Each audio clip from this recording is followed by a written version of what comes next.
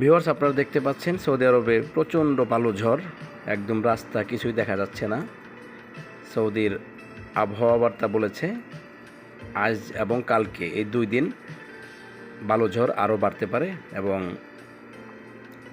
Tuesday থেকে শুরু হতে পারে দুবাই যেরকম ভারী বর্ষণ হয়েছে, বৃষ্টিতে যেমন অনেক ভারী ভারী বৃষ্টি হয়েছে, যেটা 75 বছরের ইতিহাসে হয় নাই, সেরকম বৃষ্টি সৌদি আরবে হওয়ার সম্ভাবনা আছে। এজন্য আবহাওয়া অফিস তারা সতর্কতা জারি করেছে এবং যারা জনসাধারণ আছে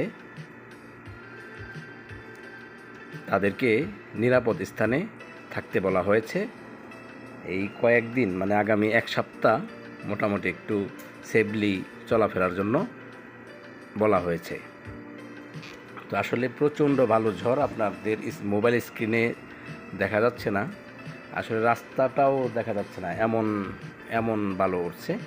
এখন কিন্তু দুপুর 12টা বাজে, মানে এই সময় খা রোদ, গরম কিন্তু প্রচুর, রোদ আছে কিন্তু শুধু ভালো ঝড়ের কারণে রোদের তাপ বোঝা যাচ্ছে, বাট রোদের যে আলোটা সেটা দেখা যাচ্ছে না।